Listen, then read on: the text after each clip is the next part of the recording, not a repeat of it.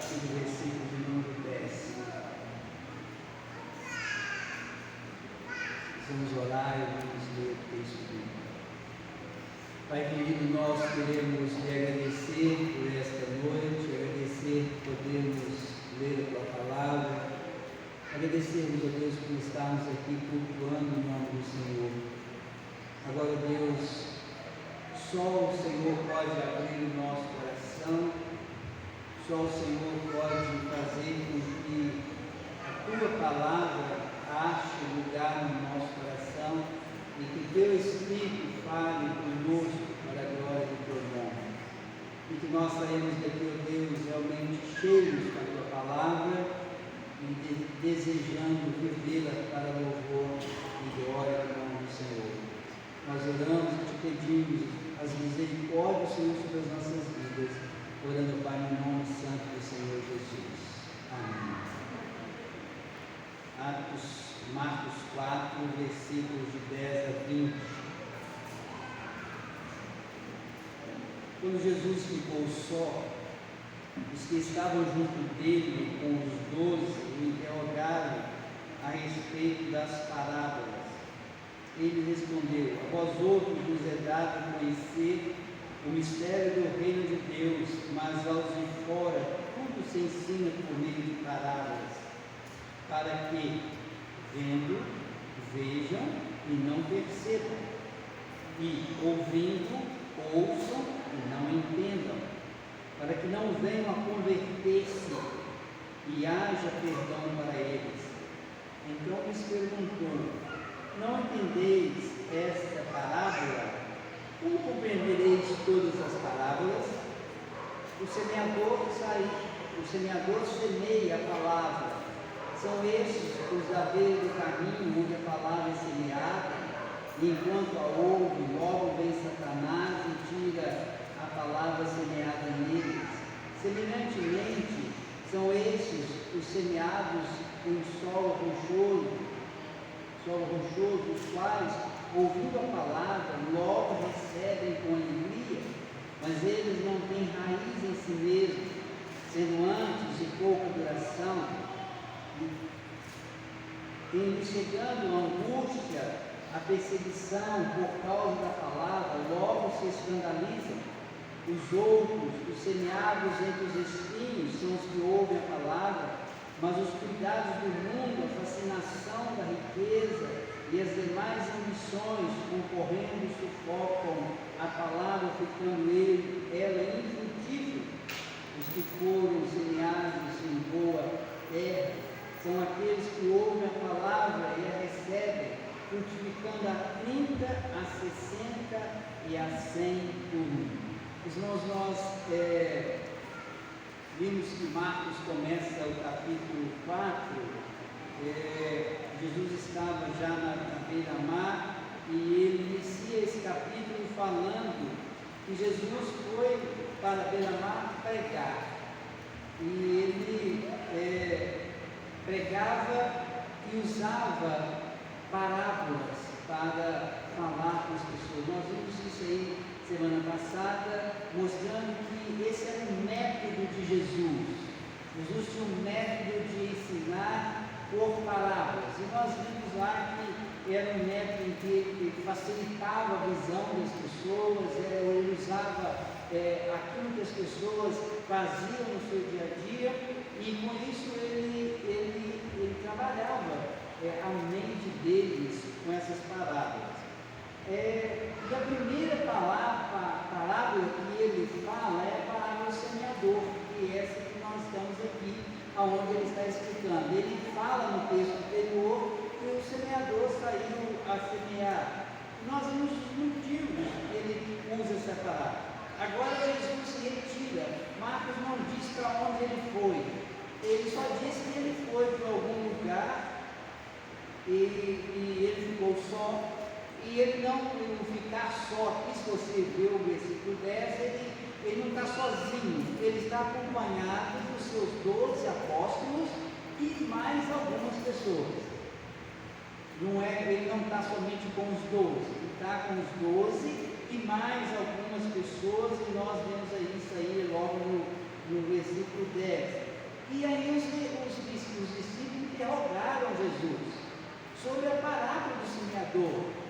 Eles perguntam, eles não entenderam a parábola do semeador, e aí eles perguntam, por quê? O que está acontecendo? Que parábola é essa? E essa parábola, meus irmãos, se divide em duas partes. A primeira delas, ela se refere ao propósito das parábolas. É bem claro isso quando nós encontramos aí do versículo 10 ao versículo 13, ele está falando dos propósitos da parábola. E a segunda parte é a explicação da parábola em si, quando ele começa a explicar a parábola. Então, se nós vamos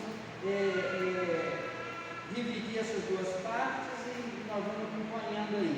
O versículo 10 até o versículo 13 mostra isso. Ele está junto com esses apóstolos, mais algumas pessoas, quando ele diz aí, Jesus pôs só os que estavam junto dele com os 12.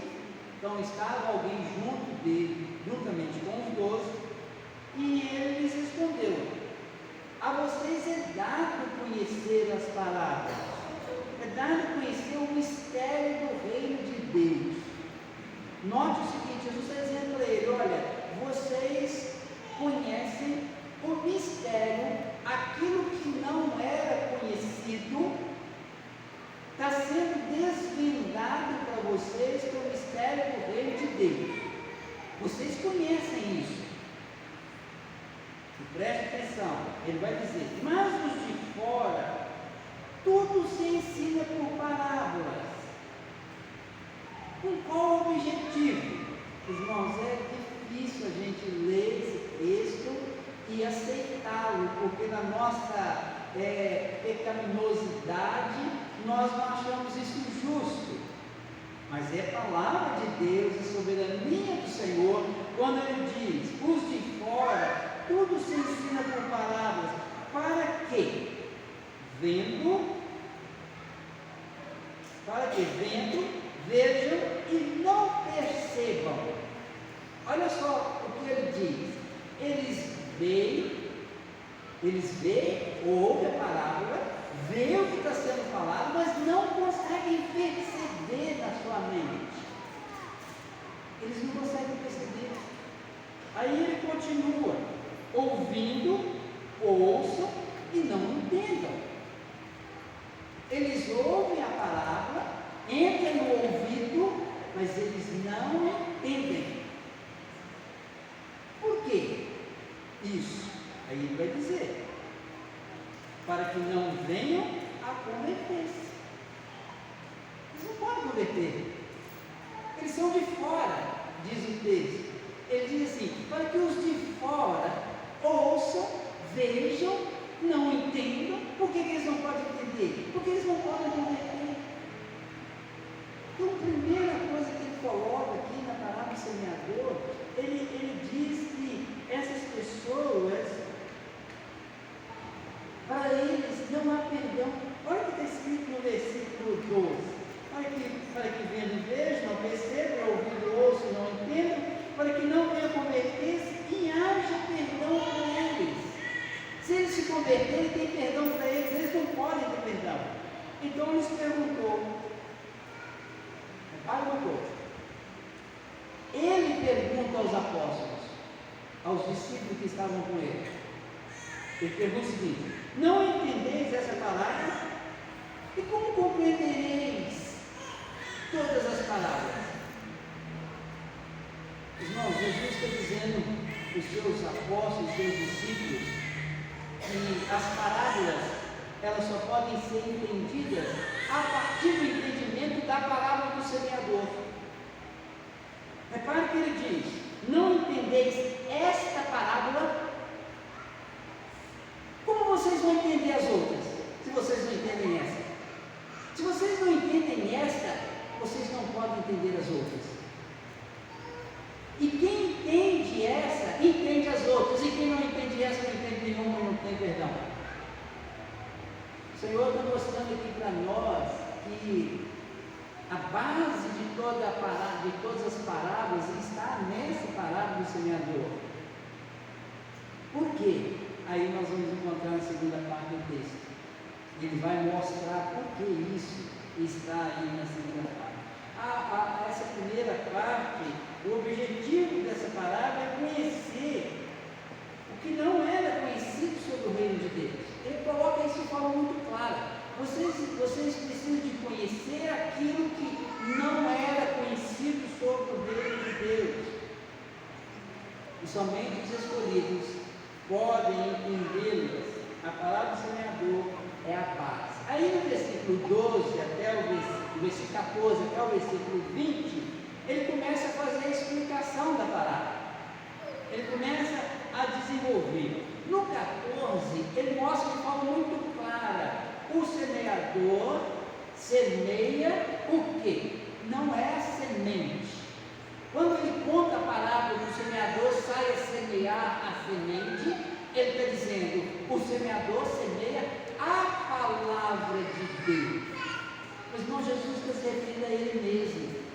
Ele que veio semear a palavra, ele que veio anunciar o reino. Se você for ler o Evangelho de Mateus, você vai ver que no Evangelho de Mateus ele diz muito claramente: ele veio implantar o reino.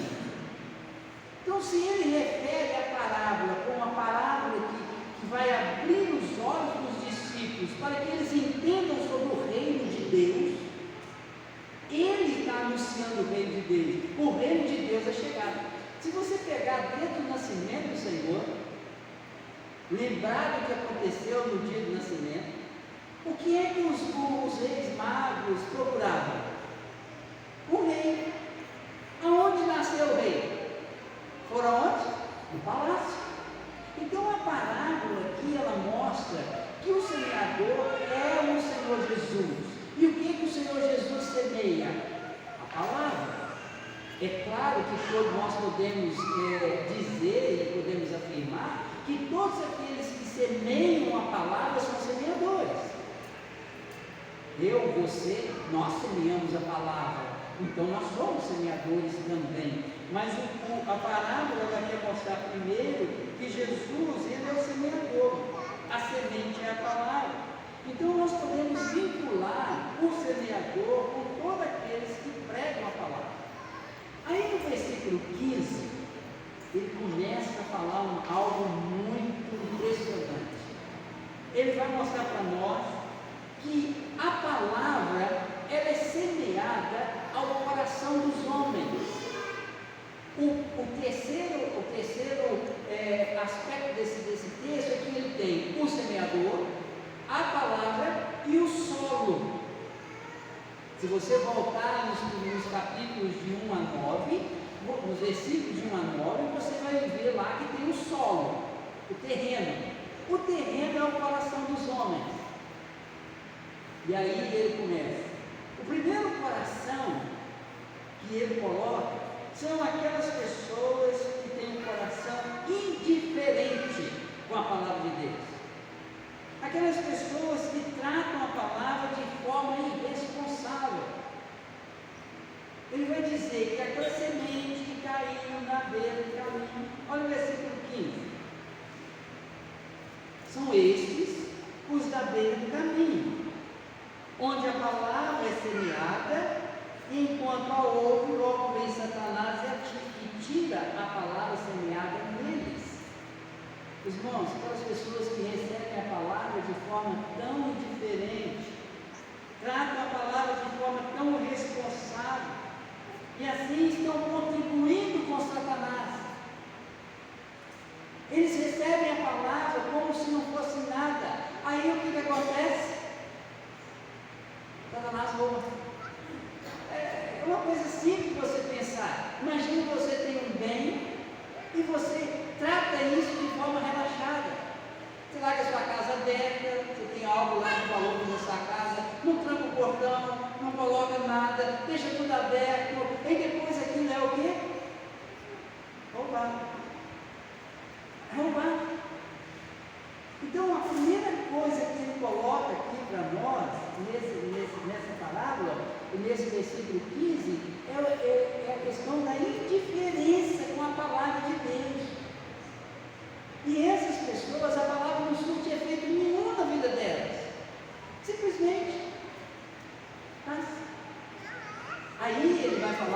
nós vamos entender que aqueles que ele diz, eles ouvem e não entendem. São indiferentes à palavra. Se você pegar o versículo 16 e 17, olha o versículo 16 e 17. Semelhantemente, ou seja, parecido com esses que são indiferentes, da mesma forma que esses primeiros, ele diz, semelhantemente, são estes os semeados em solo rochoso, os quais, ouvindo a palavra, logo a recebem com alegria. Ele continua, mas eles não têm raiz em si mesmos, sendo antes de pouca duração, eles chegando à angústia ou à perseguição por causa da palavra, logo se escandalizam. Aí ele vai falar do segundo grupo, um grupo em que os corações são corações impulsivos. O que é coração impulsivo? Note o que ele diz aqui: recebem a palavra com alegria. Eles são impulsionados pelas emoções, eles são impulsionados por aquilo que qualquer problema que venha depois, aquilo acaba. São aquelas pessoas impulsivas, pessoas que agem no calor do momento. Por isso ele diz, imediatamente. Olha o que está escrito no texto. Semelhantemente são esses os semeados em solo rochoso, os quais ouvindo a palavra, logo recebem com alegria.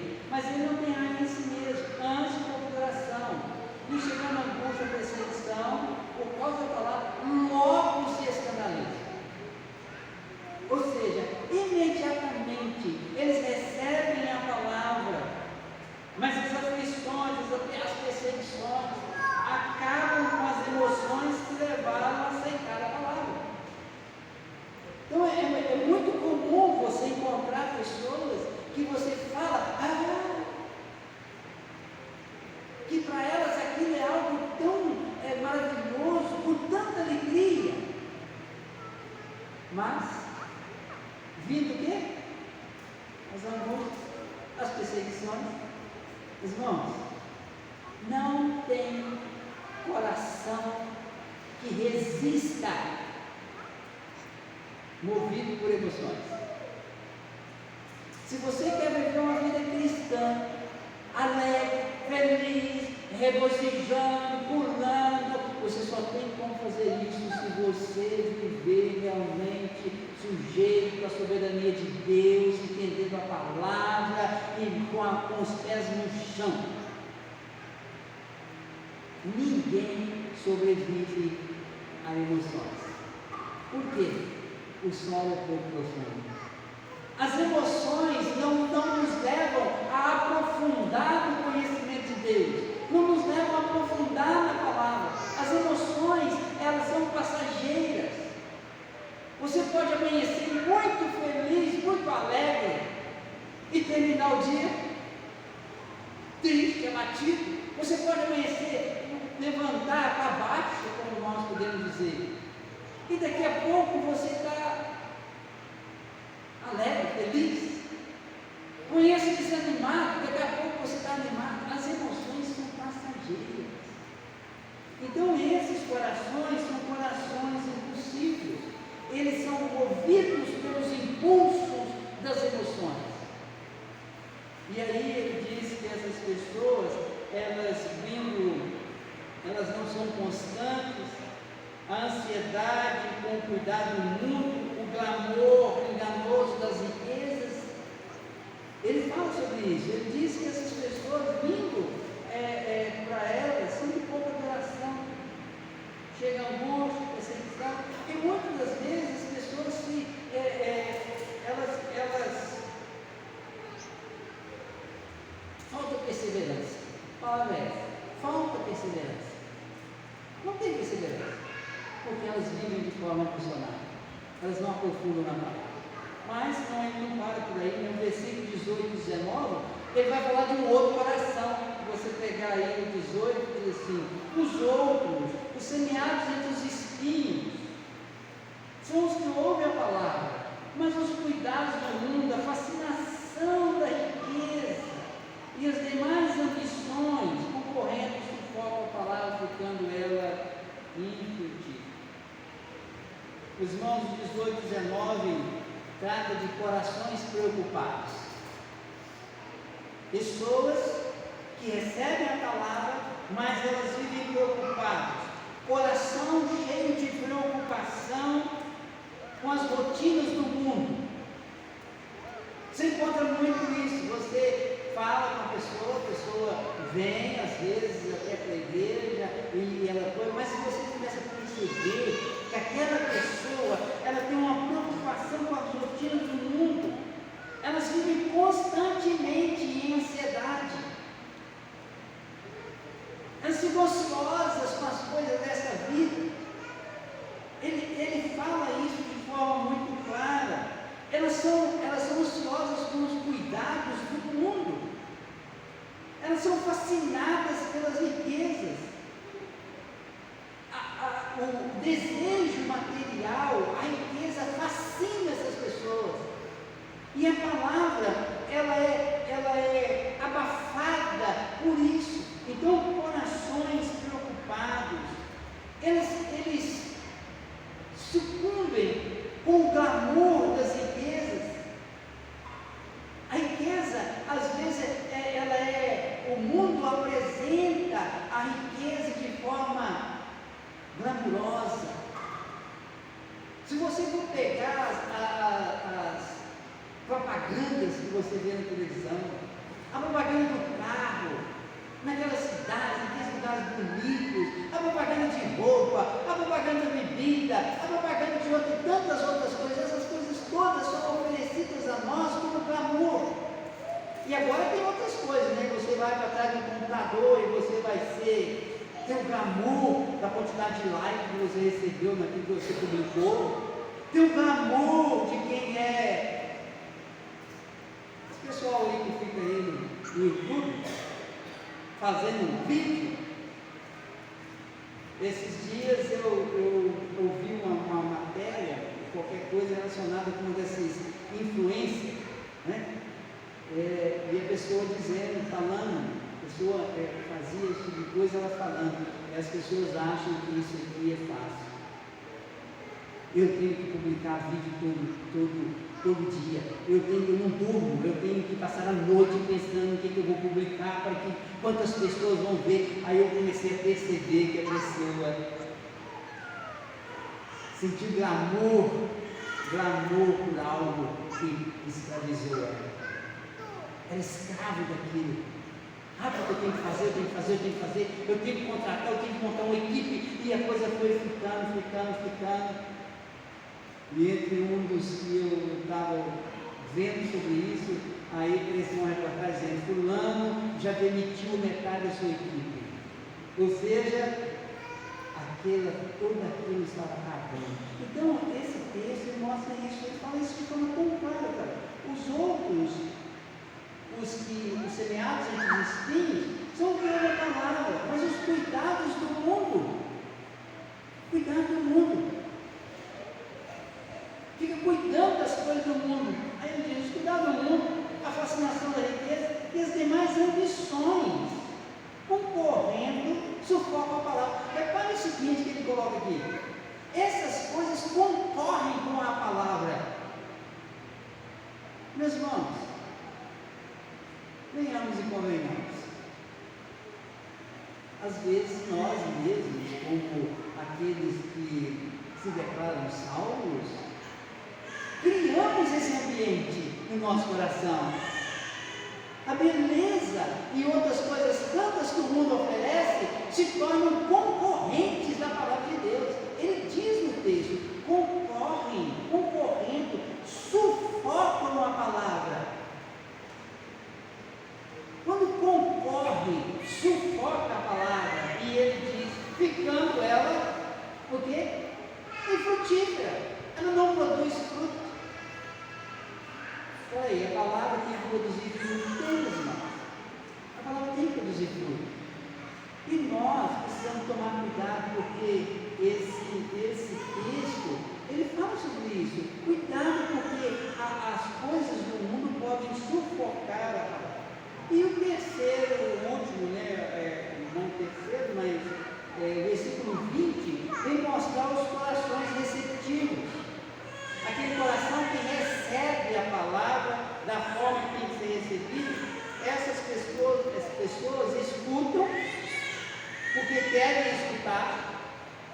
aqui vem uma questão séria, elas escutam porque querem escutar, elas refletem, faz uma análise mental daquilo que escutaram, faz uma reflexão sobre o que escutou, elas têm fé em quem falou.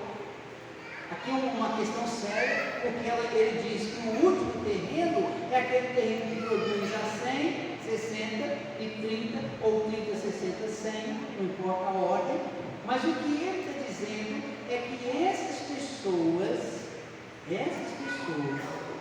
elas têm fé na palavra, elas confiam em quem falou, elas recebem a palavra e aplicam essa palavra na vida. Por isso, essas pessoas têm conversão, essas pessoas têm amor, essas pessoas têm paz.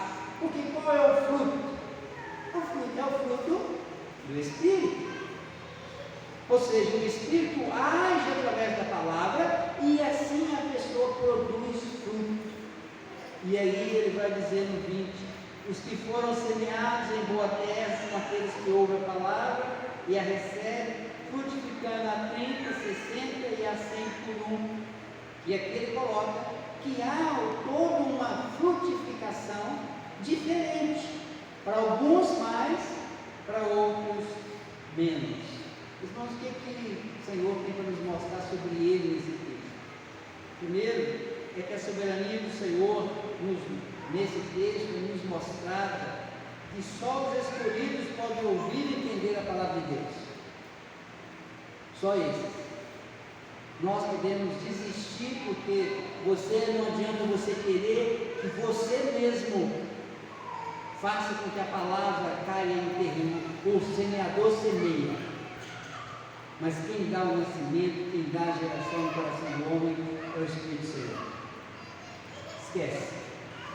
Você tem que semear, você tem que lançar, mas você não pode querer fazer a palavra brotar ou frutificar. Você não consegue. Segundo, que nós precisamos viver sobre Deus nesse texto, é que a fidelidade do Senhor ao anunciar os seus escolhidos com a palavra. Deus é fiel.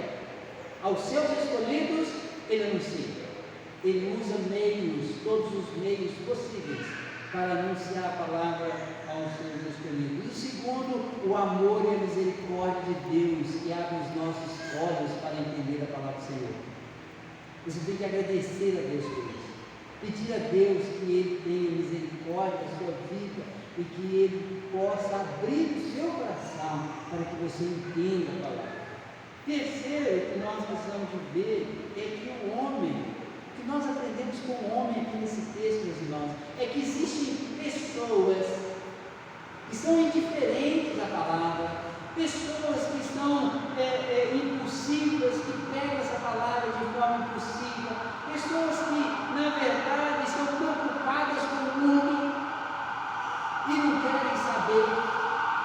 Isso é verdade, mas em compensação, existem pessoas que ouvem, aceitam, creem e vivem a palavra. Ou seja, funciona. Para uns, como condenação, para outros, como salvação.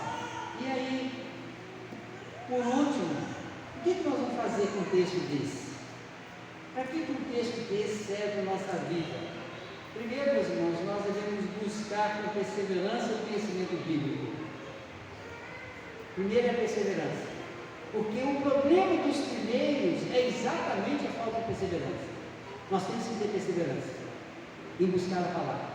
Nós temos que ter perseverança em aceitar a palavra, entender a palavra. Mesmo que seja um texto duro como esse, que diz que as pessoas ouviram, mas não crerão, porque não podem crer, porque senão terão que ser perdoados. Elas não serão perdoadas. É difícil? É. Mas nós temos que nos aprofundar. Nós temos que ter perseverança. Segundo, nós temos que tomar cuidado com a indiferença. Cuidado para você não chegar diante da palavra e viver essa palavra de forma indiferente. Você não pode deixar isso de forma indiferente, como se nada tivesse acontecendo. Tanto faz, não fede, não cheira. Irmãos, nós não podemos ser indiferentes à palavra. Nós temos que tomar muito cuidado com a indiferença. Cuidado com a sua vida de impulsividade. Cuidado para que você não chegue diante da palavra. Cada dia você está num nível emocional. Você não pode viver a vida cristã com base em emoções. A vida cristã é emotiva, sim. Não estou querendo que ninguém não tenha emoções. Mas nós lemos lá em Neemias que eles se alegraram com aquilo que Deus fez. Mas se você for ler o livro todo de Neemias, você vai ver que eles passaram por momentos difíceis. Tiveram que expulsar as mulheres que eles eram casados com elas. Eles tiveram que tomar decisões sérias, tristes. Mas eles se alegraram com aquilo que o Senhor fez. Ou seja, a nossa vida, mediante a palavra de Deus, não pode ser impulsionada com emocionalismo, preocupações. Uma outra questão séria, que envolve muito a nossa vida hoje, a preocupação com as rotinas do mundo. Irmãos, a igreja hoje, ela está muito mais preocupada em buscar as bênçãos de Deus para esse mundo, do que buscar o Deus que pode nos abençoar numa vida eterna com Ele. Nós estamos mais preocupados com aqui e agora do que com amanhã que o Senhor tem reservado para nós. Então as preocupações com as coisas deste mundo são problemas muito sérios relacionados com a palavra. A falta de contentamento nos nossos dias é algo terrível. Ninguém está contente com nada. Ninguém está contente com a roupa que tem, com o emprego que tem, com a casa que tem, com o marido que tem, com a mulher que tem. Aí, eu não estou contente com a mulher que eu tenho, o que vai acontecer? Vou trocar de mulher. Não estou contente com o marido que tenho, vai acontecer o quê? Vou trocar de marido. Eu não estou contente com o meu emprego, vou trocar de emprego. Porque não me dá um nível. Ele falou, você tem que ser contente. Dia a Deus, você pode crescer na vida? Pode. Mas tem algumas coisas, meus irmãos, que nós não podemos negociar. Algumas coisas não podemos negociar de forma alguma. São coisas que são inegociáveis. São princípios que nós temos que não podemos trocar isso por nada. E aí o que acontece? E essas pessoas com preocupação com as coisas do mundo, com as rotinas do mundo, acabam perdendo. Por isso nós às vezes nos tornamos uma igreja fragilizada, uma igreja superficial, com pouca profundidade. Por quê? Não valorizamos a palavra que recebemos. E por último, o que esse texto tem que nos ensinar é que nós devemos ser produtivos. A palavra, ela tem que, uma vez que você ouve a palavra e você coloca ela em prática, ela vai dar resultado. Ela vai dar resultado. Não tem esse negócio de você querer substituir a palavra pela psicologia, por não sei o quê, você vai substituir pelo... Esses dias alguém chegou para mim, não, porque eu vou no psicólogo, eu comecei a ler assim, consegui ficar calado. Vocês acreditam? Eu fiquei calado, eu olhei. Irmãos, eu não sou contra a psicologia, eu acho que o psicólogo vai te ajudar, mas uma coisa é certa, a maioria dos nossos problemas, irmãos, não está envolvido com questões psicológicas de nada. A maioria dos nossos problemas está envolvido em abandonar a palavra de Deus e não aceitá-la como ela é. Os anos da vida, minha vida de ministério, ensinaram isso. O problema do homem nada mais é do que pecado. É o único mal, é a única doença que nós temos, porque o resto é físico, remédio controla, remédio resolve, quando é físico. Se Deus assim quiser, né? Porque se Deus não quiser também, nem remédio resolve. Mas as nossas questões psicológicas emotivas, é falta de aplicação da palavra no nosso coração. Não tem forma, porque a partir daí a palavra começa a produzir fruto. E que frutos são esses? Os frutos da fé. Quais são os frutos da fé? Não é você fazer caridade, não, você pode até fazer isso também, filho.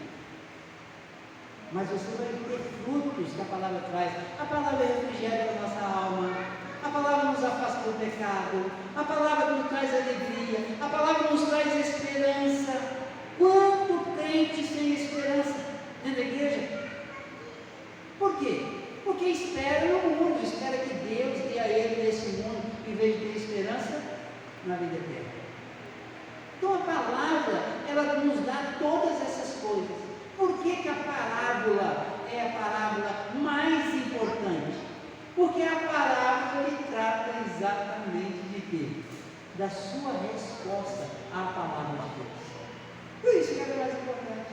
Por isso que não adianta você querer entender as outras, porque essa vai no centro do problema. Nosso relacionamento com a palavra de Deus. A nossa relação com essa palavra. E eu quero encerrar dizendo o seguinte, que nós devemos ser praticantes dessa palavra, e uma vez que somos praticantes, nós vamos produzir os frutos. Nós devemos semear essa palavra, primeiramente no nosso próprio coração, nos abastecermos dela, para que a gente possa doar aquilo que nós temos. Se você não tem, não adianta você querer doar. Esse negócio de, eu vou ajudar o meu vizinho. O que você tem para ajudar ele? Nada. Você não ajuda ele, não, porque vai ser mais um fardo na sua vida. Você precisa de ter no seu coração, para que você possa dar. E o lugar de você guardar ela não é dentro da gaveta, é aqui. O terreno é o seu coração. O terreno é o seu coração. Eu quero encerrar te desafiando a refletir sobre essa palavra, sobre aquilo que o Senhor quer que você faça, sobre aquilo que o Senhor deseja para a sua vida. Nós vamos cantar um cântico. Nós cantamos um cântico que é do Salmo 96, apesar que ele tem aí um nome, e às vezes nós andamos pelos nomes, mas ele é o Salmo 96, quando ele diz